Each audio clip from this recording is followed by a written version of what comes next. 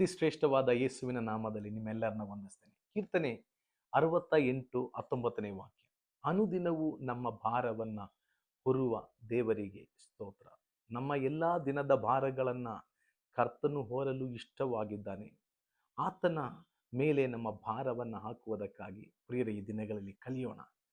1 ಪೇತ್ರ 5ನೇ ಅಧ್ಯಾಯ 7ನೇ ವಾಕ್ಯ ಹೇಳುತ್ತದೆ, ನಿಮ್ಮ ಎಲ್ಲಾ ಚಿಂತೆಗಳನ್ನು ಆತನ ಮೇಲೆ ಹಾಕಿರಿ, ಆತನು ನಿಮಗಾಗಿ ಚಿಂತಿಸುತ್ತಾನೆ.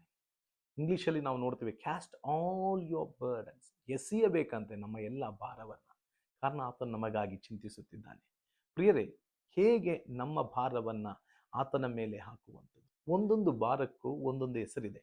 ನಿಮ್ಮ ಜೀವಿತದಲ್ಲಿ ಮಕ್ಕಳ ಮೇಲೆ, ಮಕ್ಕಳ ವಿದ್ಯಾಭ್ಯಾಸ, ಕೆಲಸದ ಭಾರ, ಕುಟುಂಬದ ಭಾರ, ಅನೇಕ ಭಾರಗಳಿದೆ. ಆ ಎಲ್ಲ ಭಾರಗಳನ್ನು ಹೆಸರಿಡಿದು ಹೇಳಿ ಕರ್ತನ ಮೇಲೆ ಹಾಕುವುದನ್ನು ನಾವು ಕಲಿತರೆ, ದೇವರ ವಾಕ್ಯ ಹೇಳ್ತದೆ, ನಮ್ಮ ಅನುದಿನದ ಭಾರವನ್ನು ಆತನು ಹೊರುವ ದೇವರಾಗಿದ್ದಾನೆ.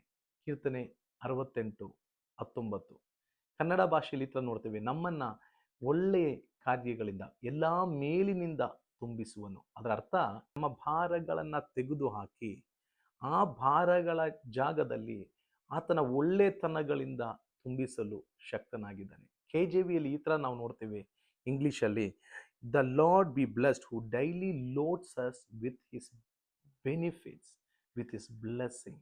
ನಮ್ಮ ಭಾರಗಳು ನೀಗಿಸಿ ಕರ್ತನ ಬೆನಿಫಿಟನ್ನು, ಬ್ಲೆಸ್ಸಿಂಗನ್ನು ಇಡುವವನಾಗಿದ್ದಾನೆ. ಆದ್ದರಿಂದ ನಮ್ಮ ಭಾರಗಳನ್ನು ಆತನ ಮೇಲೆ ಹಾಕೋಣ, ಆತನ ಆಶೀರ್ವಾದಗಳನ್ನು ನಾವು ಪಡೆಯೋಣ. ದೇವರು ನಿಮ್ಮನ್ನು